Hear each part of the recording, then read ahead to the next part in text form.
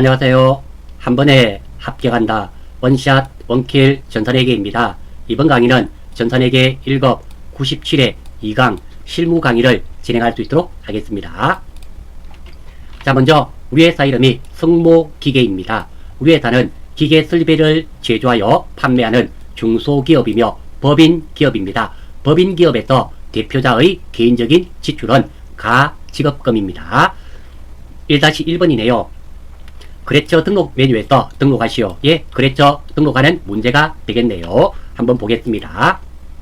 큰 문제 1번은 기초정보관리나 또는 정기본 재무제표 여기에 있습니다. 거래처 등록은 여기에 있네요. 보시고 하나씩 입력하시면 되는데요. 자, 거래처 등록에서 가장 유의하실 점은 여기에 주소 입력 시 우편번호 입력은 생략해도 무방함이라고 되어 있죠. 그러니까 주소를 입력하실 때는 우편번호 입력하지 마시고 이 내용만 정확하게 입력해 주시면 됩니다. 먼저 거래처 코드가 1056이네요. 1056 그리고 엔터. 회사 이름은 갈로 열고 가나전자네요.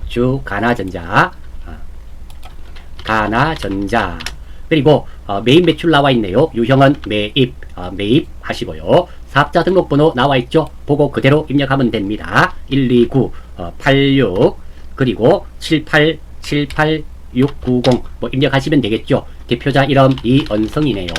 그리고 업태 아래쪽에 한번 볼까요? 제조, 도소매네요. 제조, 숨쉬고 도소매, 오타 없이 정확하게 입력해 주시면 됩니다. 전자제품 이 되고요. 주소 여기죠. 우편번호 입력하지 마시고 여기에 주소만 정확하게 입력해 주시면 됩니다. 자, 약간 내려서 잘 안 보이네요. 서울특별시. 자, 저는 나머지 게 잘 안 보여서 서울특별시까지만 입력하겠습니다. 나머지는 여러분들이 입력하시고요. 자, 입력이 끝나고 나면은 자, 확인을 꼭 하셔야 됩니다. 회사 이름 입력했죠? 체크. 유형 했습니다. 체크. 대표자 체크. 사업자 등록번호 입력했죠? 체크. 업태, 제조, 도소매 했습니다. 전자제품 했고요. 주소 입력했습니다. 이렇게 꼭 입력이 끝나면 체크를 한번 해봐 주시기를 바랍니다. 왜냐하면 내용이 많기 때문에 누락되는 경우가 있다라는 겁니다. 저는 주소 부분 끝까지 안 쳤습니다. 여러분들도 시험 치실 때 요만큼만 입력하시면 0점 처리되는 거 아시죠? 여러분들 다 입력해 주시고요. 별게 없어서 여기까지만 입력했습니다.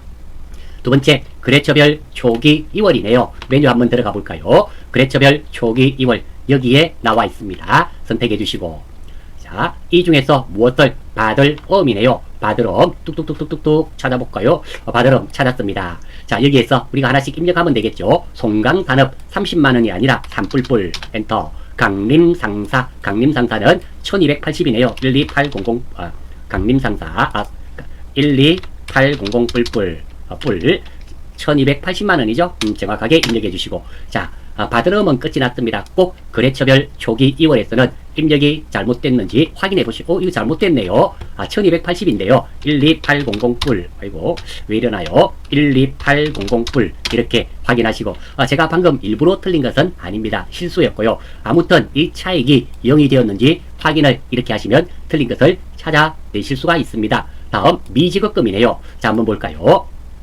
더 라벨입니다. 360만원이네요. 3600뿔. 그리고 통진이죠. 통진흥업. 자, 여기서 통진이라 치시면 입력이 안 됩니다. 이렇게 코드에 입력이 안 될 때는 키보드에 F2 눌러주시고요. 통진 대흥업 완벽하게 확인하시고 2500뿔 엔터. 자, 맞는지 확인합니다. 하단에 차액이 있는지 보시면 되겠습니다. 없죠? 이상이 없단 말입니다. 확인. 그리고 이렇게 꼭 확인하셔야 되는 이유가 우리가 이 화면을 입력하고 나서 두 번째 들어오는 경우는 없기 때문입니다. 완벽하게 맞을 때 넘어가셔야 돼요. 3번 정기본 손익계산서를 검토한 결과 다음과 같은 오류가 발견되었네요. 정기본 재무제표 메뉴에서 관련된 부분을 모두 수정하시오. 자, 제손인데요. 제조원가명세서 바꾸고 다음 손익계산서 그리고 정기본 이익잉여금 처분계산서 그리고 정기본 재무상태표 이 순서대로 붙여주면 됩니다. 그래서 제손잉대 이 순서대로 해주면 되고요. 입력 후 하나의 값을 기억하고 그 다음에 반영을 하고 이런 식으로 하면 되고요. 다 하고 나서 대차 차액이 공란으로 되어 있는지 확인까지 해주시면 완벽하게 되는 겁니다. 자, 문제 한번 볼게요. 오류 내용. 생산부 직원의 회식비 지출액 240만원 이 영업부의 복리후생비로 반영되었네요. 그러니까 500번 때 511번이 되겠죠. 500번 때 복리후생비인데 이 240만원을 영업부로 했네요. 손익계산서에서 복리후생비 금액을 240만원 빼주고 그리고 그 금액을 어디에 생산부에 반영을 해주면 되겠습니다. 자, 한번 볼 수 있도록 할게요. 먼저 정기본 손익계산서에 가서 자, 여기 보면 복리후생비가 있겠죠. 811번 복리후생비가 있는데요. 이 금액에서 240만원은 뭐 생산부라 그랬잖아요. 그러니까 빼줘야 됩니다. 그러면 740만원이 되겠네요. 7400불. 그리고 이 240만원을 어디에 원가 명세서에 511번에 반영을 더해줘야 되겠죠. 자, 한번 가봅니다. 511번 여기다가 얼마? 240만원을 더하니까 830만원이 되겠네요. 830만원. 자, 되었습니다. 빠져나와 볼게요. 자, 이렇게 한 다음에 어디서부터? 제손인데요. 제조원가 명세서 들어갑니다. 그 다음에 손익계산서, 이익잉여금 처분계산서, 재무상태표 순으로 하나씩 고치겠습니다. 자, 정기본 원가 명세서. 자, 여기는 고칠 게 없죠. 왜? 우리가 방금 이 내용 복리후생비를 반영을 했습니다. 자, 빠져나오기 전에는 단기 제품 제조원가 있죠. 439400불 이것을 하나 기억해서 어디에 정기본 원가 명세서니까 손익계산서에 반영을 해주면 됩니다. 439400불. 자, 빠져나오겠습니다. 손익계산서 갔어요.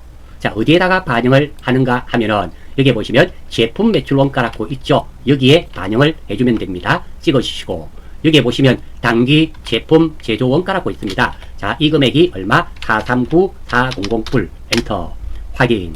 자, 이렇게 하면 단기 순이익이 바뀌어요. 이 금액을 제손익 이익잉여금 처분계산서에 반영하겠습니다. 빠져나오고 자, 이익잉여금 처분계산서로 들어와서 자, 어디에? 자, 여기에 보시면 단기 순이익 있죠? 이 금액입니다. 반영을 시켜주면 되는데요. 불러오기를 눌러주시면 돼요. 예.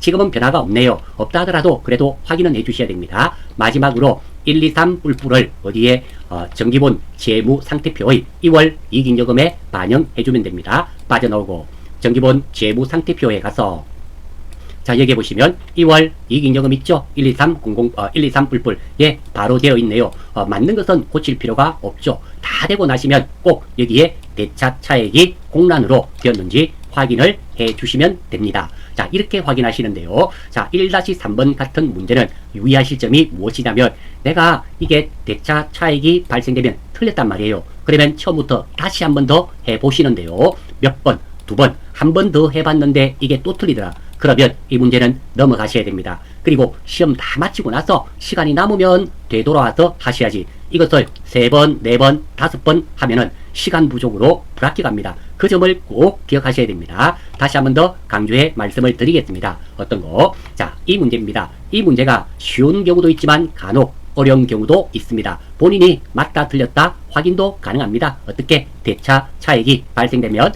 틀렸다는 것을 아실 수가 있습니다. 하는데 몇 번까지? 2번까지는 된다. 3번, 4번 하면 거의 시간 부족으로 불합격한다는 거 꼭 기억하시고 2번 하고 그래도 대차 차익이 발생이 되면 시험 다 마치고 이론까지 풀고 그리고 다시 오시면 됩니다. 그리고 4점짜리는 부분 점수가 있습니다. 3점짜리는 부분 점수가 없어요. 자, 넘어가겠습니다. 1번 7월 7일 매출 거래처인 주 달러일러가 회생계획인가 결정을 받음에 따라 주 달러일러에 대한 외상매출금 1200만원을 대손 처리하다. 이 문제에서 키워드는 대손 처리가 되겠네요.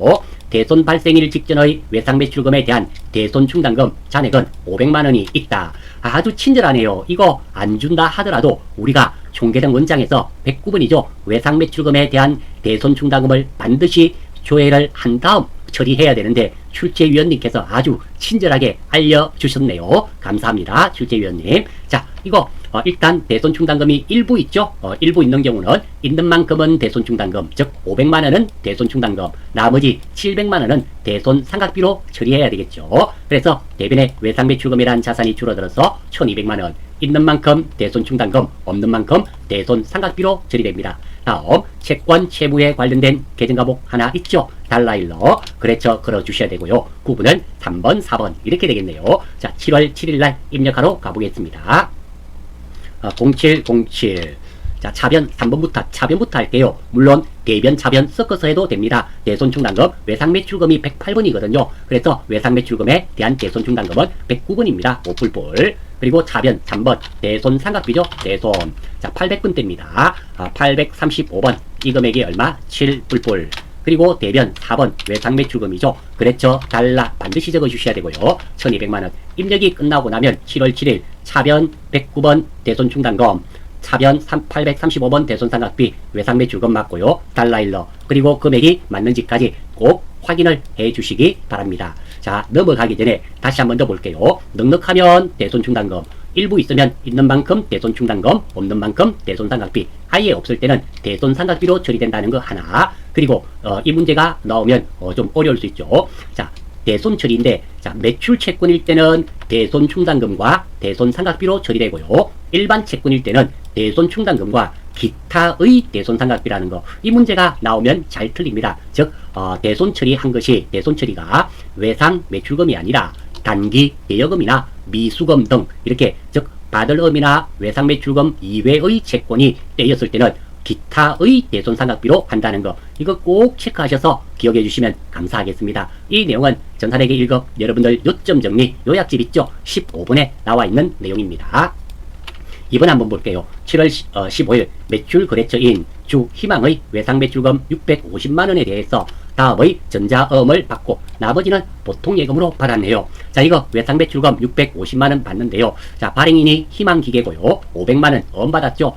재고자산과 관련이 있으면서 남이 발행한 음이니까 받을 음이 되겠죠. 그리고 나머지 150만원은 보통예금 받았네요. 따라서 외상매출금 650만원 문제없고요. 받을 음 500만원, 보통예금 150만원이 되겠죠. 자, 보통예금이라는 자산이 증가되어서 차변 또는 들어왔으니까 차변, 채권, 채무에 관련된 계정하고 받을 음 희망한테 받은 거죠. 여기에 나와 있습니다. 외상매출금도 누구 거 받았습니까? 희망이한테 받았습니다. 구분은 3번, 4번. 자, 7월 15일날 입력하러 가보겠습니다. 7월 15일날 차변 3번 받을 음이죠. 희망. 금액은 희망기계가 되고요. 금액은 얼마인가요? 5뿔뿔.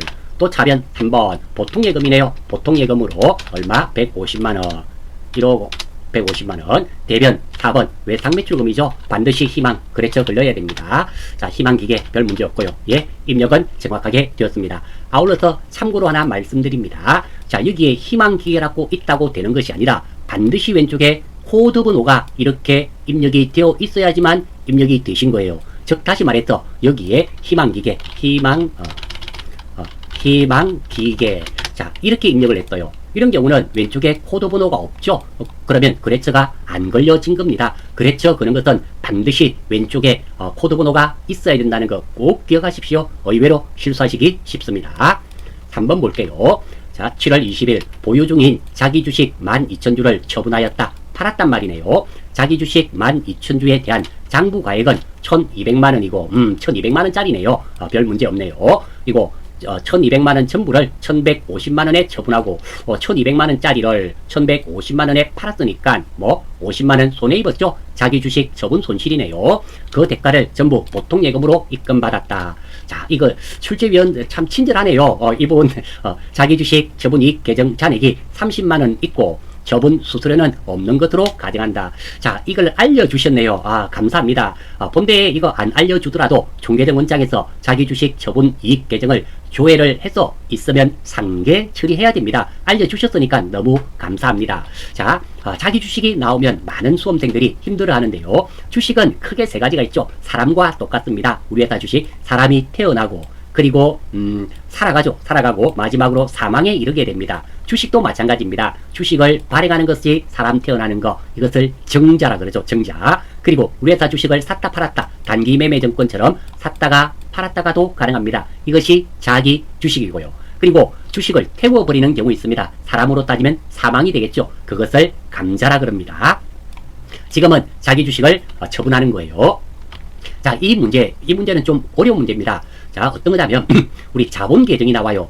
우리가 자기 주식 처분이익, 자기 주식 처분 손실 이런 게 있고요. 그리고 주식 발행 초과금, 주식 할인 발행 차금 이런 것들은 자본 계정입니다. 자본 계정이 나오면 반드시 상대 계정을 조회를 해서 없으면 그대로 하고 있으면 뭐 상계 처리를 해야 됩니다. 자, 한번 볼게요. 핵심 내용부터 먼저 봐야 되겠습니다. 자본 계정 상계 처리, 이게 포인트예요. 출제위원이 묻고 싶은 겁니다. 감자 주세요 기억나십니까? 감자 차익, 감자 차손, 자기 주식 처분이익, 자기 주식 처분 손실, 주식 발행 초과금, 주식 할인 발행 차금, 이거 외에도 매도 가능정권, 평가익, 매도 가능정권, 평가 손실이 나오면 반드시 반대 계정을 조회해서 있으면 상계 처리하고 없으면 그대로가 정답입니다. 자, 한번 볼게요. 자, 일단 자기 주식이 얼마짜리였나요? 1200만원짜리 팔았죠? 대변에 자기 주식 1200만원, 별 문제 없습니다. 보통 예금으로 받았네요. 얼마? 1150만원. 그래서 차빈이 보통 예금 1150만원, 별 문제 없죠. 자, 이 내용대로 한다면 뭐 자기 주식 처분 손실이죠. 손실이 얼마가 돼야 됩니까? 원칙적으로 50만원 손해봤죠. 50만원 손해봤는데 지금 보니까 자기 주식 처분 이익 계정이 잔액이 30만원 있었죠. 이게 상계 처리되어야 된단 말입니다. 그래서 자기 주식 처분 손실이 자기 주식 처분 이익이 얼마? 30만원. 나머지 20만원이 뭐 자기 주식 처분 손실이 된다, 이런 말이 됩니다. 다시 한번 더. 자, 이 내용이 없었다, 이게 조회해봐도 없었다라고 하면 요거는 없어지게 되고요. 자기 주식 처분 손실 50만원이 정답이 됩니다. 그런데 지금처럼 자기 주식 처분 이익 계정 잔액이 30만원 있잖아요. 그러면 이 30만원은 없어져야 됩니다. 상계 처리되고 나머지 잔액 20만원이 뭐 자기 주식 처분 손실이 됩니다. 자, 그래서 이렇게 자본 계정이 나오면 반드시 상대 계정을 조회 후 있으면 상계 처리해야 된다. 이 말이 바로 이 자기 주식 처분 이 30만원을 상계 처리해야 된다, 이런 의미가 되겠습니다.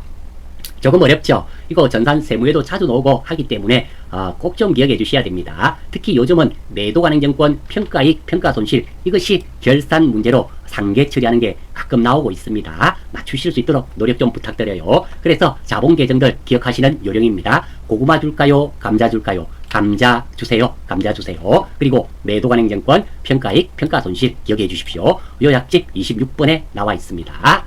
자, 입력하러 한번 가볼게요. 7월 20일이네요. 20일. 자, 차변 3번. 보통예금이네요. 보통예금의 금액은 1150불.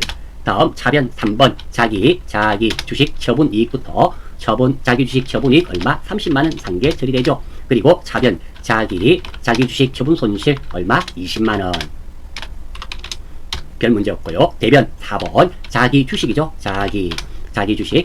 자기 주식 파는 것은, 판매하는, 매각하는 것은 단기 매매정권 팔 때와 처리 방법이 100% 동일합니다. 자, 4번. 자, 8월 5일 신주 2만 주를 발행. 우리 회사 주식을 발행하는 거네요. 무조건 자본금이 증가되겠죠. 우리 회사 주식을 발행하면 무조건 자본금이 증가되며 그 자본금은 항상 액면가 곱하기 발행 주식수입니다. 건물을 취득하였다. 뭐 현금을 받으면 현금 받았다 쳐도 돼요.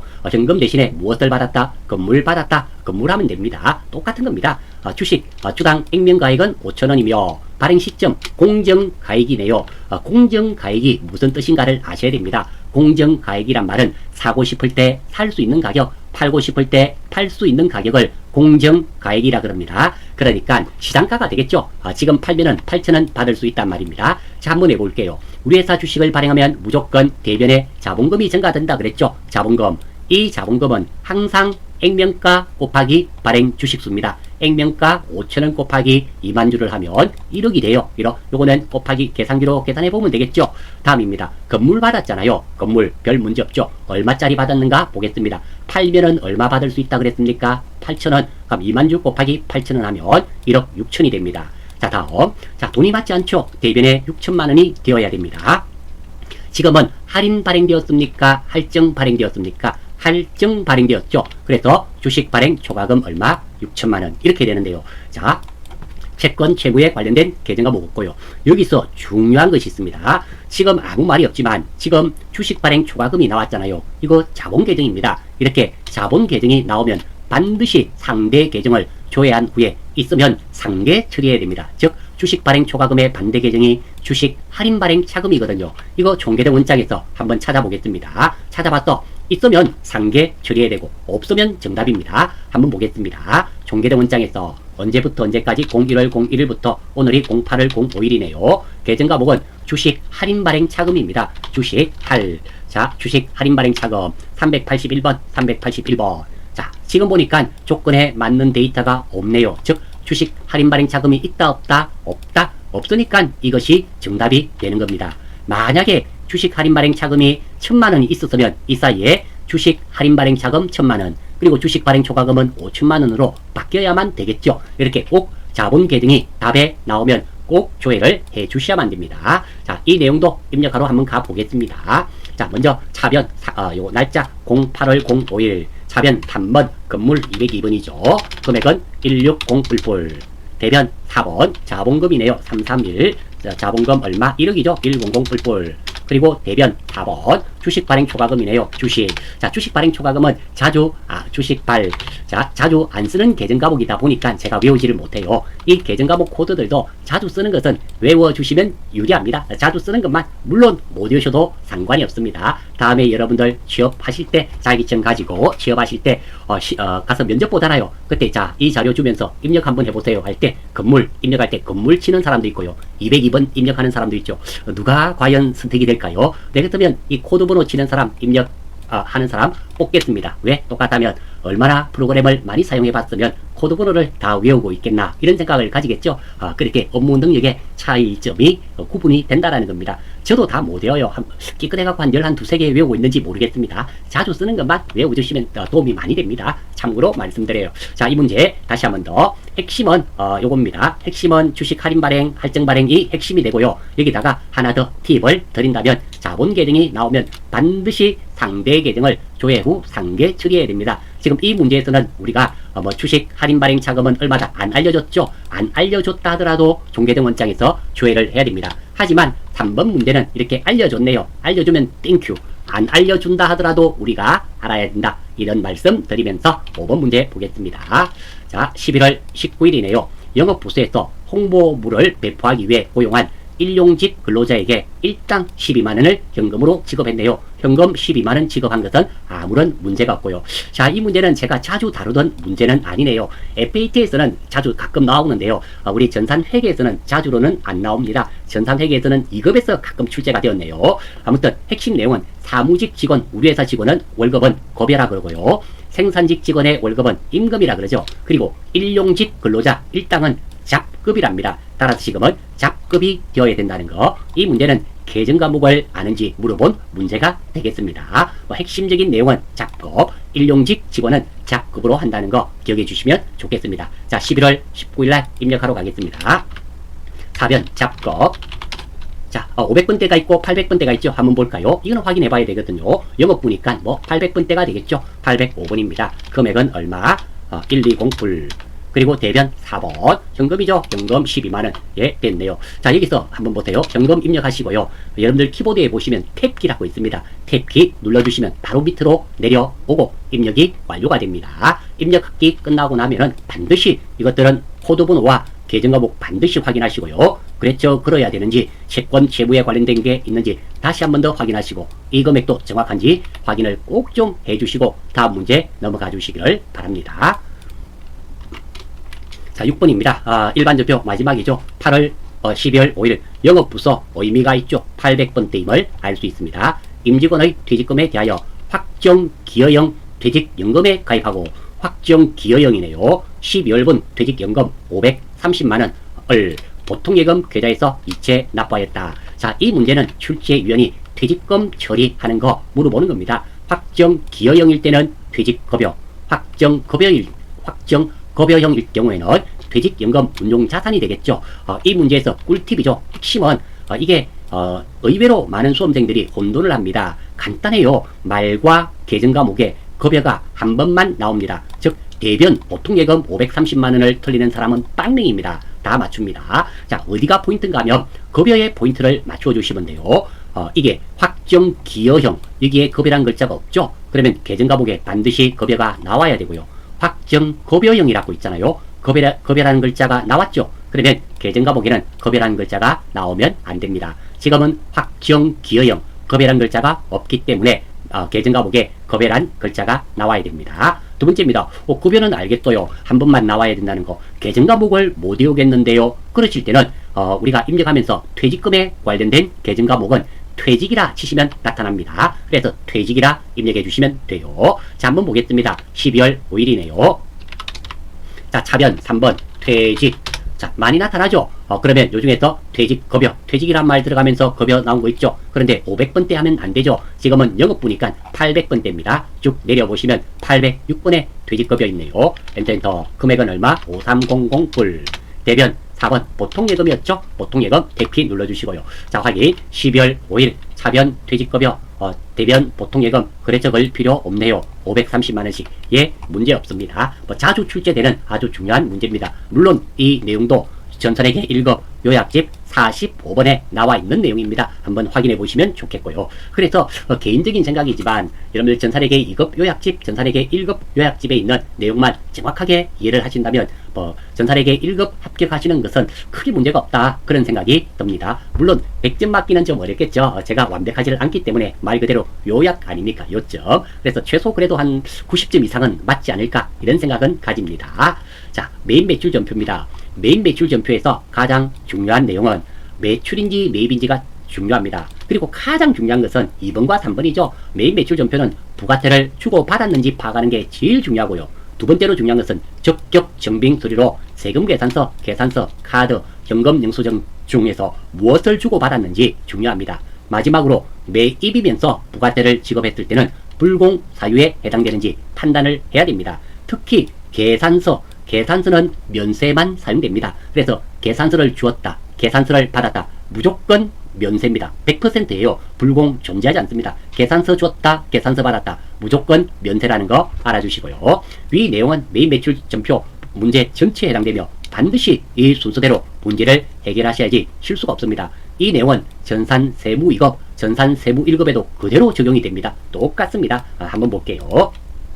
8월 3일 판매부서 800번대죠. 사무실로 사용하기 위해 입주해 있는 주 에이스 오피스텔의 관리실로부터 7월분 관리비 중 면세 품목에 대하여 전자 계산서를 받았네요. 3만원에 부가세 없고 발급받고 보통예금에서 바로 지급하였다. 자, 일단 한번 볼게요. 일단 이거 보통예금에서 돈을 줬잖아요. 그러니까 돈 주는 내용이죠. 매입. 부가세를 지급했습니까? 부가세 빵이잖아요. 아니요. 자, 이렇게 매입이면서 아니요일 때는 불공사유인가 물어보시면 안 됩니다. 적격 증빙 서류로 무엇을 받았습니까? 전자 계산서를 받았습니다. 계산서는 무엇에 한해서 주고받는다더라? 무조건 면세라 그랬습니다. 따라서 매입 면세가 되고요. 두 번째, 3만원의 부가세는 0입니다. 그랬더는 주 에이스 오피스텔이죠. 전자 맞죠? 자, 전자 여기에 나와 있어야지만 전자가 됩니다. 붕괴는 무조건 3번 혼합하시면 100점 처리됩니다. 붕괴 물론 1번 현금, 2번 외상 쓰셔도 좋고요. 복잡하면 무조건 3번 혼합으로 하시면 하단 붕괴만 맞으면 됩니다. 자, 다음입니다. 보통예금 3만원 나가는 거 별 문제 없죠. 차변이 문제예요. 제가 전산회계 1급 기출문제를 많이 풀이했지만 건물관리비라는 계정과목을 사용해 본 적이 거의 없어요. 거의 없습니다. 자, 이렇게 생소한 계정과목이 나올 때는 해당되는 단어를 두 자씩 쳐보시면 됩니다. 자, 여기에 보시면 핵심적인 말이 뭐예요? 에이스 이런 건 아니잖아요. 입주 이런 것도 아니고요. 관리실로부터 7월분 관리비죠. 관리비라고 입력해보시면 계정과목이 나옵니다. 한번 볼게요. 8월 3일날 매입 매출전표 입력하겠습니다. 자, 매입 매출전표 0803이죠. 0803. 자, 매입이면서 면세가 되겠죠. 매입 면세 53번입니다. 53번. 자, 그리고 품목 수량 단가는 채점 대상이 아니기 때문에 입력 안 하셔도 됩니다. 물론 관리비 이렇게 입력해 주셔도 상관없습니다. 가급적이면 품목은 나와 있으면 좀 적어 주시는 게 유리합니다. 이렇게 하고요. 물론 안 적어도 틀린 건 아닙니다. 3만원에 부가세 없고 그레이트는 에이스죠. 에이스 두 자만 치면 됩니다. 에이스 전자 맞으니까 1번, 붕괴는 3번. 자, 차빈이 원재료가 아니죠. 자, 여기에서 계정과목을 모르겠다는 거예요. 모르실 때는 어떻게 한다 그랬습니까? 요거 관리비죠. F2 한번 해볼게요. F2 여기에다가 관리비 해보시면 이게 쭉 나옵니다. 여기 나오진 않네요. 자, 이럴 때는 800번대 중에서 쭉 찾아보시면 돼요. 이거는 어떻게 할 수 있는 길이 없습니다. 쭉 이렇게 하나씩 해당되는 게 있는지 없는지 좀 찾아보시고 보셔야 됩니다. 자, 그래서 이게 건물 관리비예요. 건물 관리비 이렇게 나와 있네요. 선택해 주시고 금액은 3만원. 대변 4번 보통예금이죠. 대변 4번. 이거 왜 안 되나요? 4번. 이렇지? 3번 4번. 4변 3번 이게 뭐가 안 되노? 엔터. 에이? 이게 뭐야? 삭제. 4번. 입력이 안 되네요. 차변. 뭐야? 면세 별 문제 없고, 수량 단가 별 문제 없고, 혼합됐고요. 이게 왜 이랬지? 다시 입력해 볼게요. 삭제해갖고 좀 이렇게 가끔 가다가 이상하게 되는 경우 있죠. 그럼 한두 번 고쳐보고 안 되면 새로 입력하면 됩니다. 53번. 유형 53번. 53번.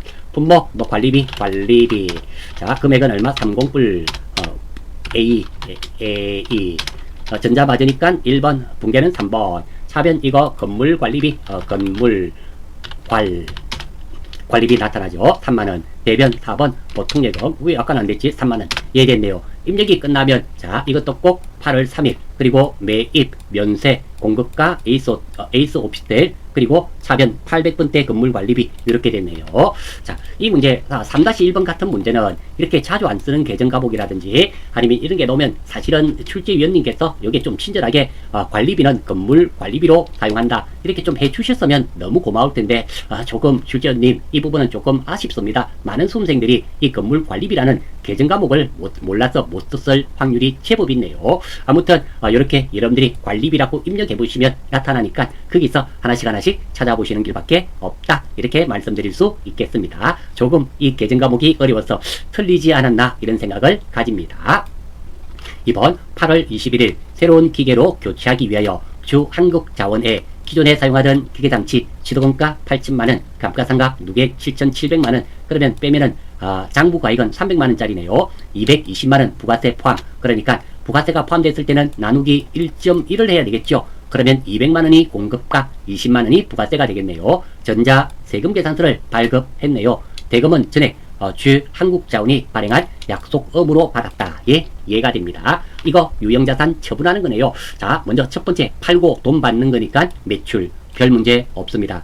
부가세 받았습니까? 20만원 받았죠? 예. 적격 증빙 수리로 무엇을 주었습니까? 전자 세금계산서를 발급했죠. 전자 세금계산서. 세금계산서를 발급했으니까 과세가 되겠죠. 매출과세 크게 문제 없습니다. 자, 그리고 공급가 200에 부가세 20. 거래처는 한국자원. 전자 맞죠? 맞습니다. 붕괴는 무조건 3번 혼합하면 됩니다. 자, 다음 이 문제는 유형자산을 처분하는 겁니다. 유형자산 처분할 때 저는 항상 순서대로 합니다. 순서 한번 해볼게요. 1번 팔려는 유형자산과 시도금가를 대변 끝에 적습니다. 그래서 기계장치 8천만원 1번. 2번 감가상각 누계액을 차변 끝에 적습니다. 2번 감가상각 누계액 차변 끝에 적습니다. 2번.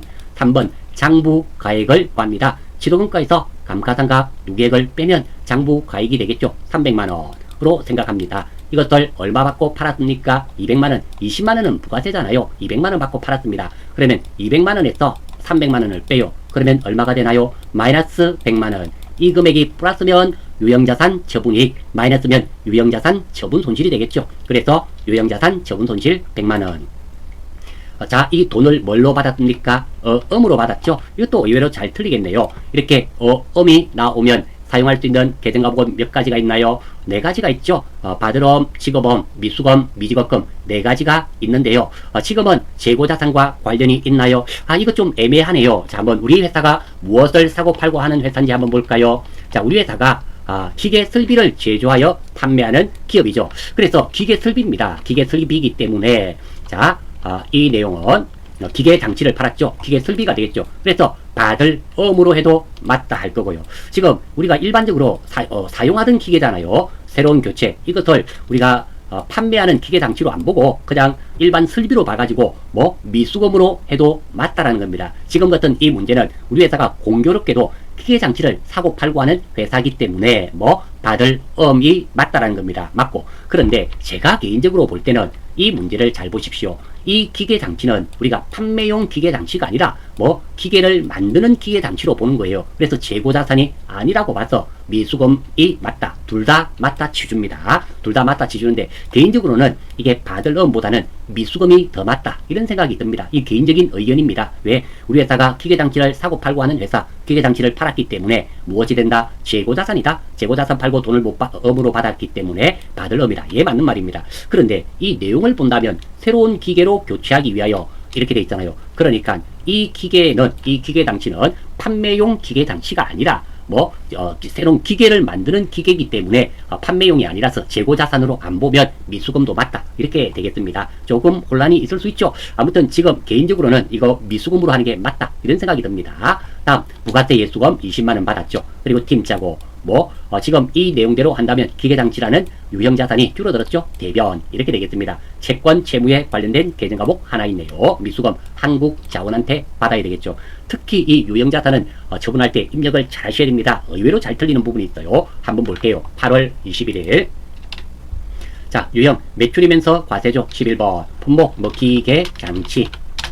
다시 말씀드리지만 이 기계장치라는 글자는 입력 안 하셔도 됩니다. 공급가 얼마입니까? 이 뿔뿔. 이거 8천만원 하면 안 됩니다. 그리고 한국이죠. 한국.